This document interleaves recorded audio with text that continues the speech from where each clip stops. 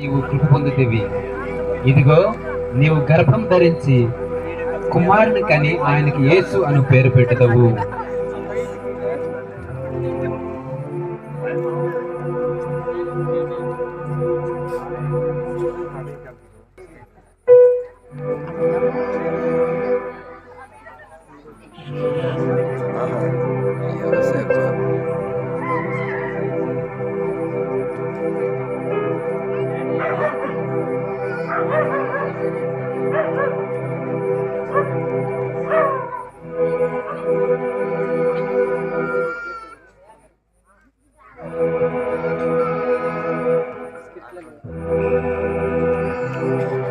ఆ సంగతులన్నీ ఆలోచిస్తున్న తిరుగుతున్న వేళలో స్వప్నమందు దేవదూత ప్రత్యక్షమై, దావీదు కుమారుడైన యోసేపు, నీ భార్య అయిన మరియను చేర్చుకున్నట్టుకు భయపడకుము.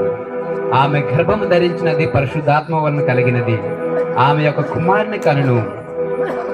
తన ప్రజలు వారి పాపం నుండి ఆయన రక్షించును గనుక ఆయనకు యేసు అను పేరు పెట్టుదువు.